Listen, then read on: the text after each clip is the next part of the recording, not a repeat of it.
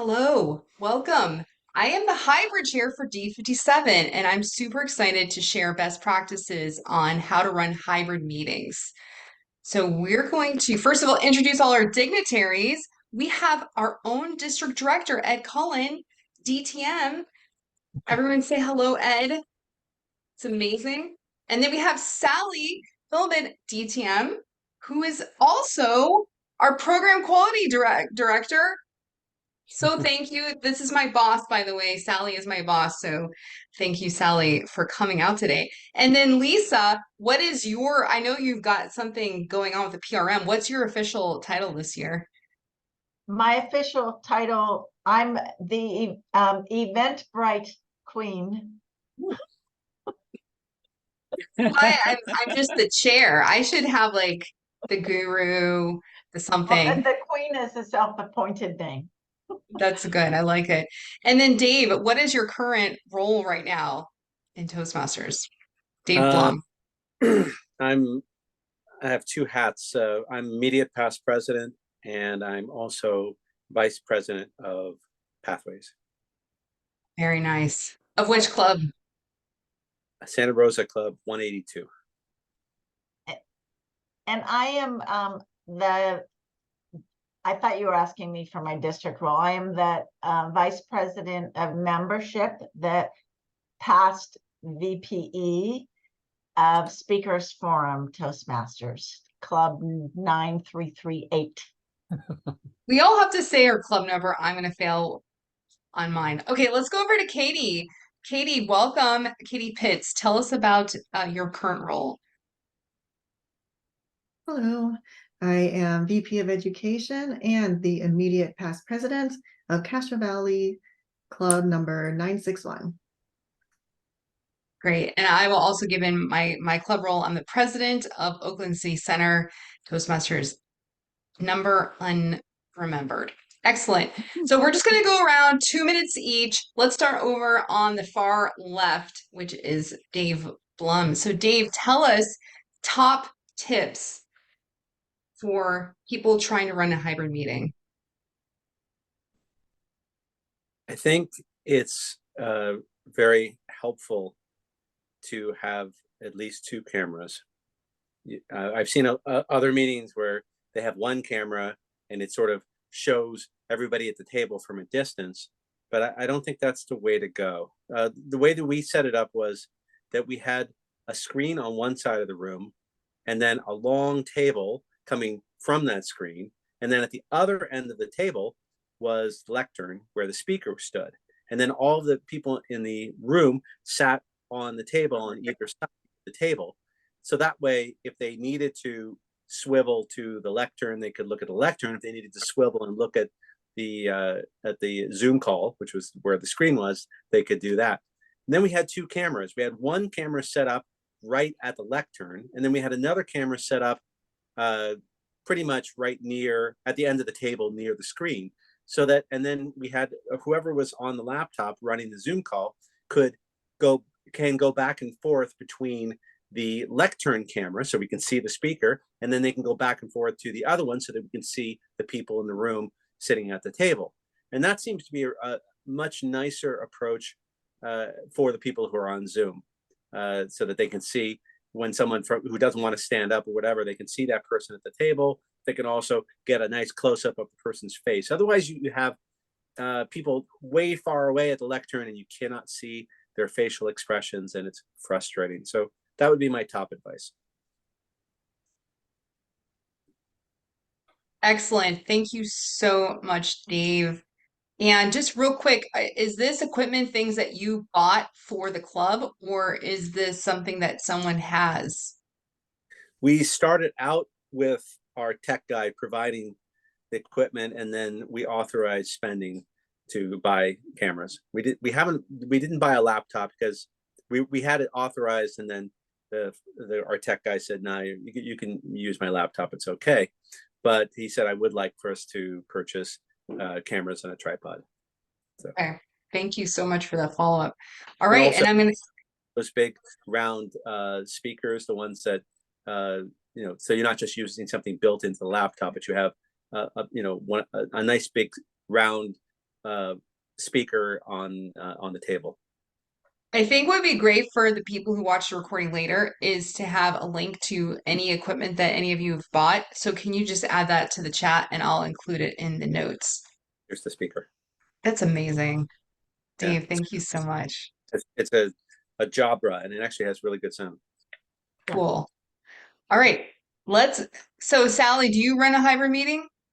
I do not. I'm here to learn. All right, then I'm going to go over to Ed, the next square. So Ed, 2 minutes, table topics rules. Watch for the timing card. Great. We bought, we being Warehouse 6061, bought the cheapest laptop we could find, which is a Chromebook, and we use that as the center of our hybrid setup. We do not use its built-in camera, thanks to Randy Ellington, who had a camera he didn't really need. We have a high resolution wide angle at the Chromebook.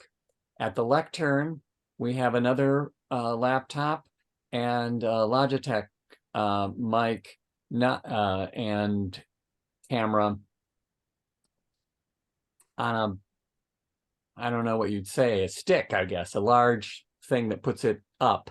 And for a while, we had a third camera. So the Chromebook looks out at the seated audience, and the third camera looked at the large stage, but we take the lectern mic on a stick and move it around so that when someone is walking the stage, we can see them going to and from the stage. Our sound is good. We have mics. Again, the process is we have district bucks and we don't know what to do with them, so we buy things for the hybrid.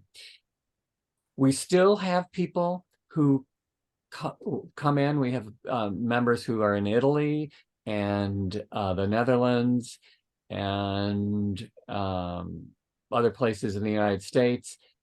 But the real growth is because we have an in-person meeting. And try it. There are things that are on our desire list that we probably can't have, but maybe we'll talk about those later. Back to you, Bet. Thank you so much. And by the way, are you meeting every week Yes, as a hybrid meeting? every week, Tuesday from 7 a.m. to 8 a.m. It's a wonderful club, not as old as Oakland 88, but not as new as some of the other clubs we've mentioned. Can you just let us know how many new members have you gotten since you went hybrid? If you can remember off the top of your head. Well, we've gotten 4 new members since July 1st. And I may have to get back to you. If you want to look it up while we go to the next speaker, but this is really good stuff. Thank you so much, Ed. And now the next person on my screen is Lisa. So table topic rules. Lisa, it's up to you now. Okay, so Speakers Forum meets once a month. We're an advanced club. We meet 3 hours once a month on a Saturday. So we have similar equipment. I believe we have purchased 2 cheap laptops that we use, one to set up to see the room, one to do that. We also have a wide angle camera. We have a lavalier, so we can walk around the room with that. The things that I will say is that you need some coordination. You need kind of double dipping on lots of roles. For instance, timer. You need an in-room timer and whether either or someone in the room that also has timing cards on the computer, because the person in the room, unless they're turning around to look at the screen, isn't likely to see the timer. So you have to have double, and you also have to have a coordination so that when we do round robin evaluations, for instance, is to see who has their hand up to that's going to contribute. So you can say to the Toastmaster either online, oh, Bet's up next, and then Dave, so that there's some coordination that needs to happen in terms of those things. I say the key things to pay attention to is have a number of people in the club know how to set up the tech equipment. And we are getting better and better, but still have things. And next time there's going to be labels that say this A goes into this A here, and that it is completely a connect the dots thing. We still need to get people back that are presenting in person and using PowerPoint to be the way they used to be when we met only in person, is to come early to be ready to do that. We're still, I think we all seems got lazy at doing that presentation stuff in person. And so we need that sharpness back, still work in progress. So those are the things I would say is coordination of the in-room things so that it's seamless. To, we always say to people on the line, if you have something to say for this evaluation, queue up so that we don't have to wait for you to walk up, so that the person in the room knows who's in line, and then we can just pay attention to the people on. So, and then a number of people that can manage and troubleshoot tech things. And you also need more people trained as tech hosts. So, Lisa, my follow-up question on this is, do you find as a speakers forum for, I'm guessing, people who want to be or are professional public speakers, that this whole setup and learning how to pass, get the lavalier and all this is a benefit to them? Absolutely. I think it takes our speaking skills to another level as I think those of us that have been around a while, you get proficient at doing it in person. And then when we went to Zoom, we got lazy and sat in our chairs. And we still find that most of the people on the Zoom end are sitting in chairs doing speeches. And so trying to get people back to bring all of those skills to all of the ways they present. That's really, really great to hear, Lisa. I'm really excited about that. Okay, so let's go to me. Great. Does anyone want to time me? All right, thank you, Lisa. Excellent. Okay, so Oakland City Center is meeting once a month, the first Tuesday at high noon as a hybrid meeting. And things that I've learned already is that we have to have a checklist, because the one person who's been doing it, she's not always able to make it, and that's going to burn her out. So she's been working to delegate and train other people. And then we're so thankful we have a locker there on site where we can lock up all our equipment. And that, I think, is another really big pro tip. We have a very cheap laptop, and I have those laptop items in the PowerPoint that I'll link in the notes here. But the equipment that we have is also very inexpensive. We only have one camera, but that's because our room allows for maybe 8 people, and that would be very, very tight. It's more like 6 people. So it's a very, very tiny room, but I can see how a bigger room would require more cameras, and I really like, uh-oh. Yeah. You Okay. froze up. I'm going to give you a little bit more time. Excellent. You pro Yes. What was the last thing I said?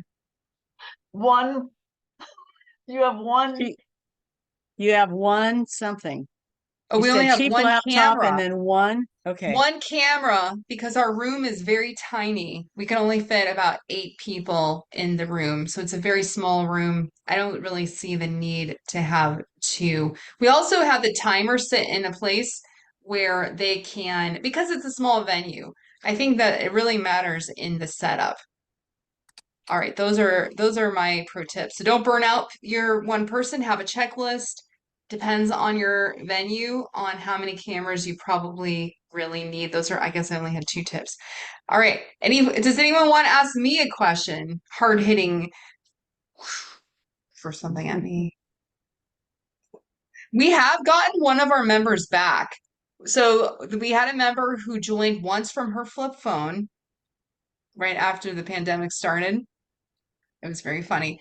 But she's rejoined and she's very excited. She only comes to the hybrid meeting once a month, but she's loving it and it's good to see her. And she's been in the club for years. So that is one good story. And I think other So do you people. meet virtually the other weeks? Yes, only Okay. remotely. And we also have members like Sacramento, South Bay, I don't even know, other places. And we also have somebody who uses a wheelchair, and this is just so much easier for him because I think he has to have a service come and get him. So I think accessibility is also really important. All right. So that was a round table. I would love to go to Katie just to see the questions that are coming up, and also then we'll go to Sally. So what are the things that we missed or things that you're still trying to get clarified on? I think it's something that I can't remember if it was Dave or Ed who brought up, but that there's a camera at the lectern, but do someone said you don't use the built-in laptop camera, which is something that I advocated for because I don't want to see up people's noses basically from that that view.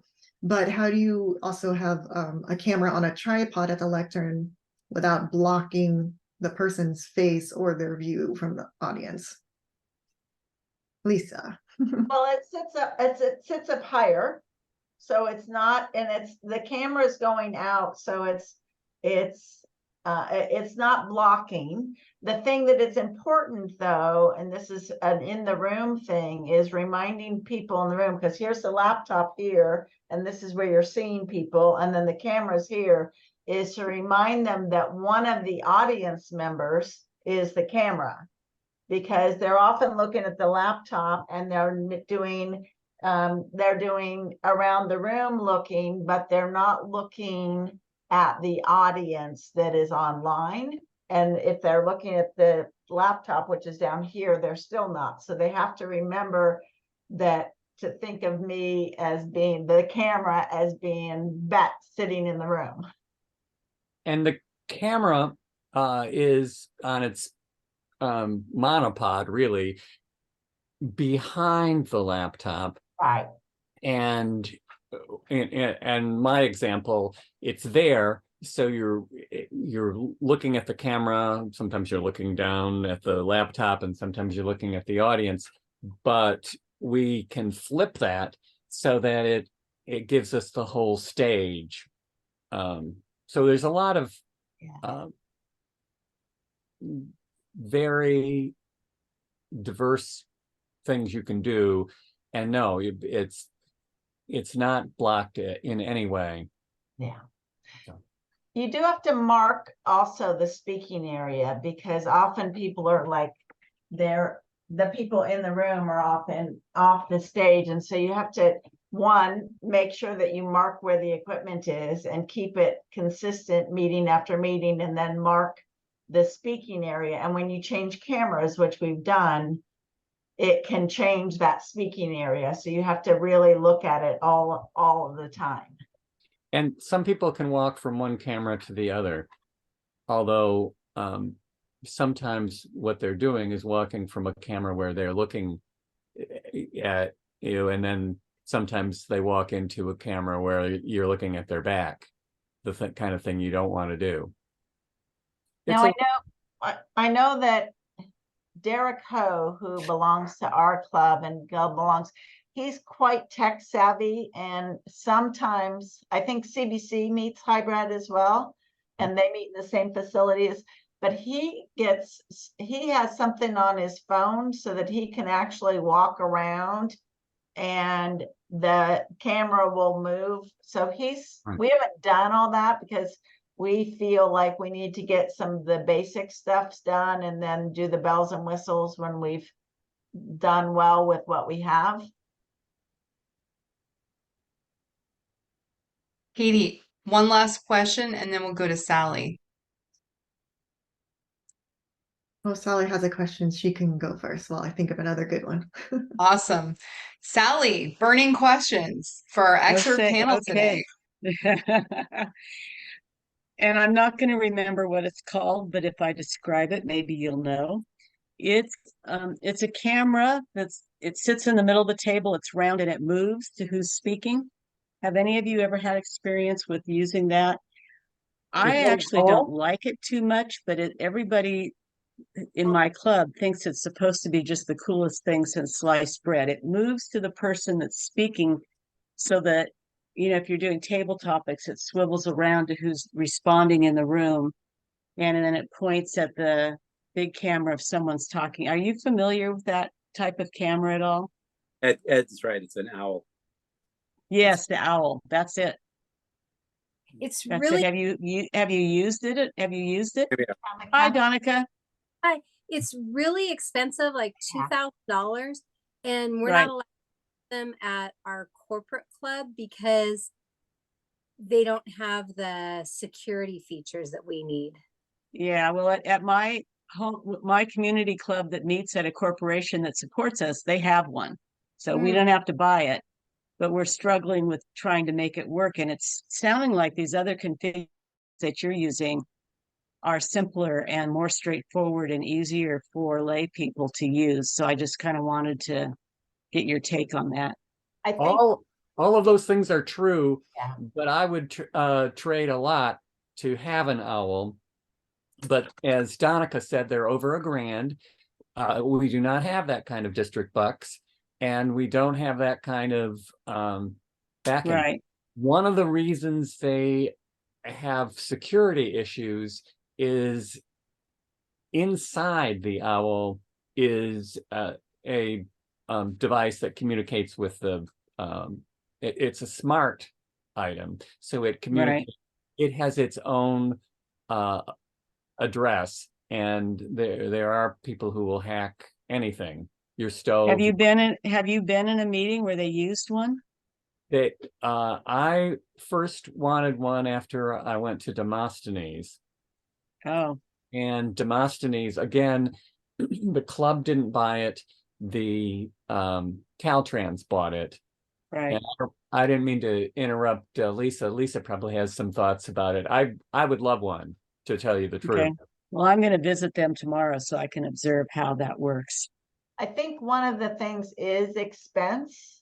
And, it's an interesting thing because who benefits is, there's, even when we presented and got approval to buy a laptop, there's, I think on the people on the Zoom side say like, "Oh, I don't care about this," but other people in the room care. So it's like really making sure it benefits. And that's a lot of money. And, for many Yeah. clubs, we've foregone club dues for some time because we didn't have the expense.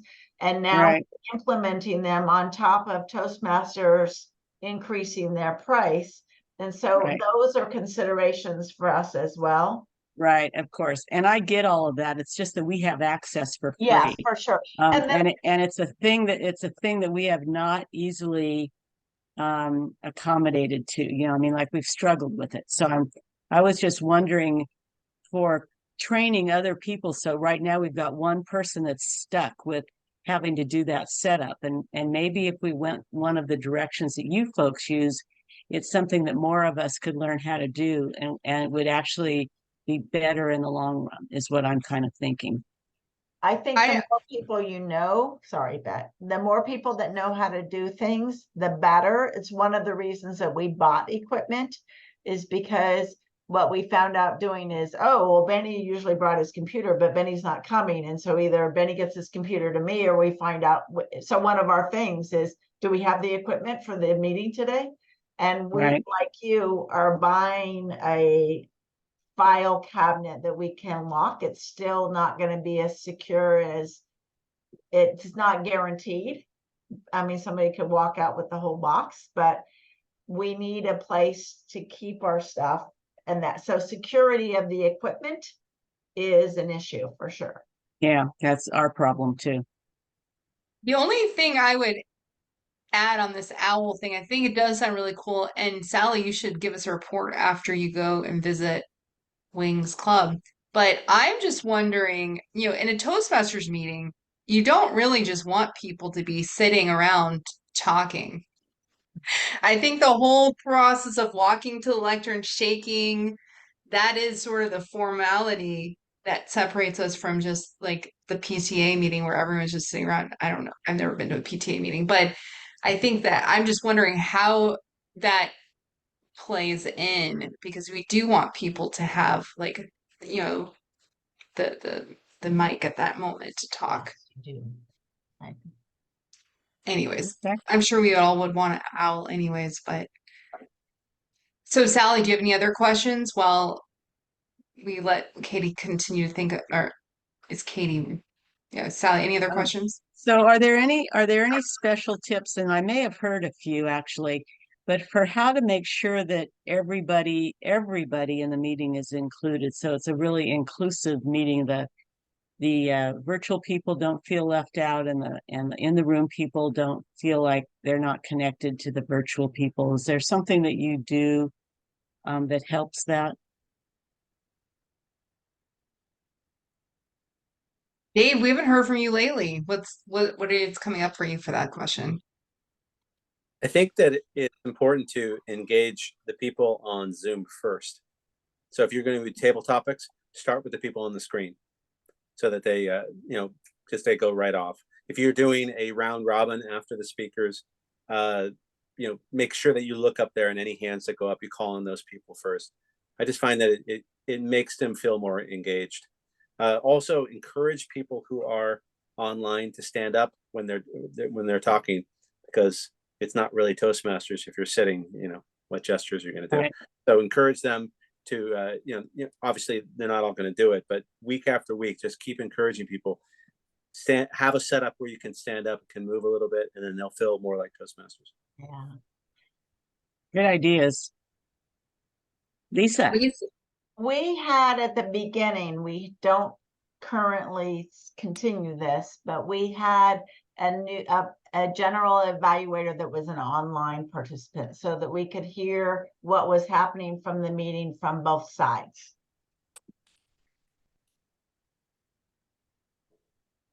Something that my club has started doing, and it was just somebody, I think it was a Toastmaster who thought of it, is having the theme of the day incorporated through everyone's speech. So whenever someone came up to introduce their role, like I'm the odd counter and my favorite beach activity is swimming, and then they would introduce their role. And that's been really fun, even if it's just an extra 20, 30 seconds at the beginning of everyone's role.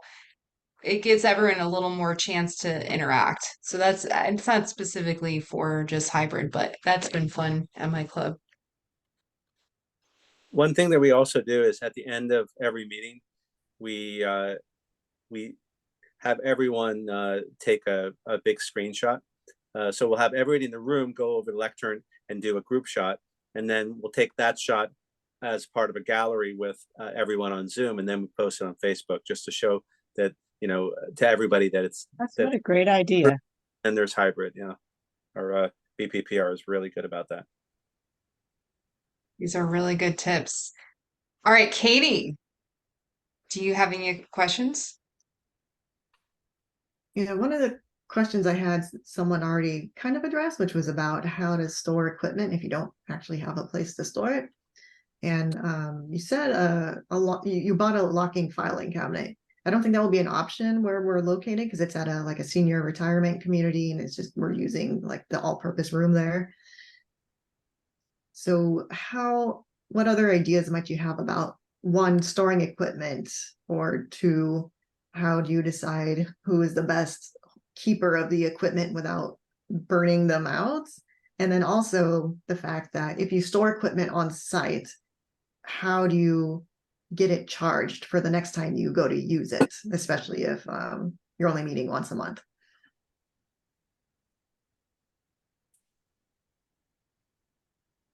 I think you're muted, on Lisa. mute. I will answer that question. Is that all of our equipment is plugged in during the meetings, all of it. So it's whether charged or not, because at a 3-hour meeting, they're often not lasting through the meeting. So better to be unplugged the whole time. And then I think the answer is kind of old school SAA, where you have a little cart, you load it up with stuff, and I would say, have more than one person, somebody's that responsible, but two people that live fairly close or are pretty connected, can transfer the items if one of them can't go. So you wouldn't be a keeper of the equipment in May. But that people that, for instance, Benny and I live just blocks away from each other, so we could easily transfer or that kind of thing. Is so find out what people have the best connection, the easiest way of transferring things. Anyone else have any tips on this one? Well, Dave? I don't know if it's a tip. We don't have the ability to lock things in the place where we're at. We're at a restaurant. They don't have a secure room. And so it's a bit of a pain. We have one guy who's been the keeper of the tech, but he's moving 40 minutes away, so he won't be coming every week. So what we've done is we've trained 2 or 3 other people on how the tech works, and they're just sort of rotating and taking turns, which does mean that the fellow with the tech has to coordinate getting it. So they have to, during the week, they have to get it from each other. It's a pain. So if you have a place where you can store the equipment, great. If not, you just have to say, okay, what's the rotation? And then make sure that everybody gets the stuff to each other. But that's the best we've been able to come up with. Which is also kind of the thing that we've done, is added roles, so that in addition to a Toastmaster and a timer, we have a tech host and a tech setup person, so that we know who's doing that, or who's the person responsible, even if they have a team, who's doing it for a meeting. Yeah, and make it a big deal. Invite them to the EC meetings. You're the VP of tech. You're important. Yeah, maybe Sally and Ed, we should add, like we have the VP of Pathways. Maybe we really need to just do an extra role, VP of Tech, something official that we can tell them they get, a star, or they get something for getting trained, right? Because it really is, not every club needs one, or maybe every club does need one. I don't know. So I'm trying to remember in the old days, a long, long time ago, when we had a lectern and we had a gavel. And I mean, I'm wondering if I've been a sergeant at arms. I'm sure I have. But I know that those were equipment that sometimes had to be transferred between people, because I've met at restaurants, I've met all kinds of different places.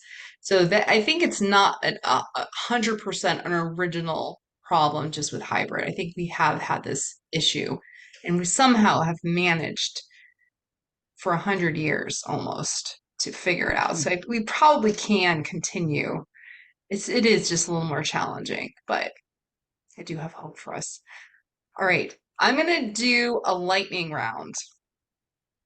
Everybody is gonna get 1 minute to say their final thoughts of anything that's coming up for them, or things that they forgot, or inspiration, and then we will wrap. And this is a nice little video that we can send to people. All right, so we're gonna start with Katie and work backwards through the loop. All right, Katie, go. Having not yet done a hybrid meeting, but going to in just a couple of hours, I am taking all of this advice to heart, and I will share it with my club members. And I'm sure we will have a ton more questions once we actually get through one round of doing a whole club meeting in this hybrid state. So expect to hear back from me again. We're here for you, Katie. We're here for you. All right, Sally. Okay, I too have been soaking up all of the suggestions, and I'm going to take that back to our club, who is really chomping at the bit to start doing hybrid meetings whether it's every week or at least starting out once a month, they want to do those. We will never be an all in-person club. We have members from all over the state and in other states. So, but there have been some really good suggestions here. Particularly, I like the idea of how to keep the whole room engaged, calling on the Zoom people first and different things that you do. And also, I love the idea of the picture at the lectern and then using that as one of the squares to take a screenshot of everyone that's there. I like it. Thanks. Awesome, Sally. Thank you. And Lisa.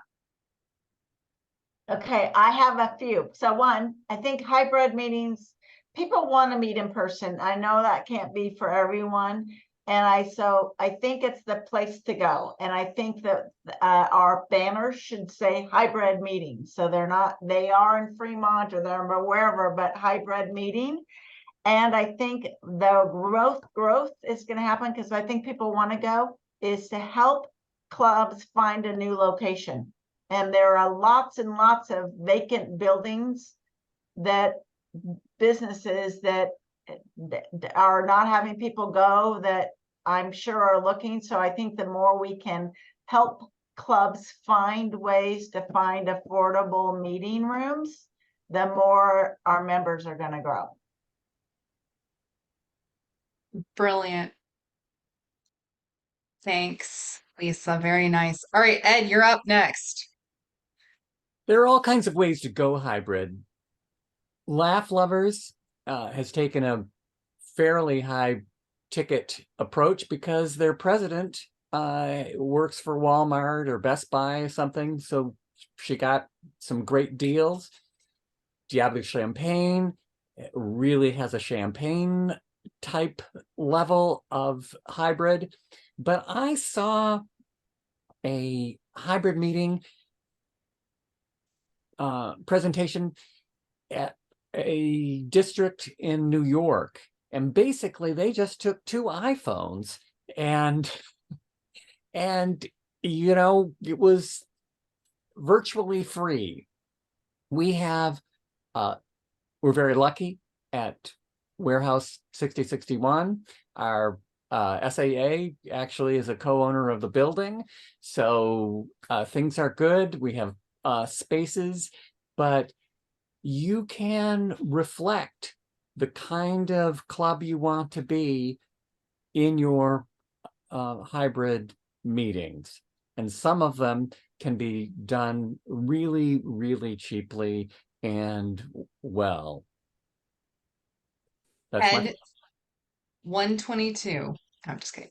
All right, good job, Ed. Let's go to Dave. Couple of Lightning things. round. I would make sure that everybody in the meeting is on camera. If you have people outside of the camera, it's really disorienting for the people on Zoom. They hear voices and they don't know where they're coming from. The other thing too is wherever the lectern is, make sure that the background behind the speaker is not distracting. We were in this room and behind the speaker was some sort of a video game because we were in a restaurant, and the people on the Zoom saw that person with a halo of flashing lights, which you couldn't see in the room. You didn't even notice it in the room, but the people on Zoom really noticed that. So if make sure that whatever's behind that person, that you put a banner over it or whatever it is, so that they're not wildly distracted. Awesome. Okay, thank you so much, Dave. My final one is spread the burden so that you don't burn out your officers. You just cannot burn out officers. They're already having enough work to do. Being an officer is so much work. Try to find new people to come in and be the VP of Tech and make it exciting, make it special. Praise them a lot. Have 2 of them. I just don't want to burn out our officers is my main worry in life. And with that, thank you all for joining this first episode of our best practices, and we'll be having these regularly. So we'll see you all next time. Can I say one thing? Sorry. Yes, Lisa. The thing I want to say is we might also consider having a like a division huddle or a area council, a hybrid council that can partner up with each other and maybe meet just not a lot, but occasionally. What are we learning? And this is where a resource for all of our equipment and all of that can be, and then be a resource to the district. Lisa, you got the final words. Brilliant, brilliant. All right, everyone, take care. See you next time.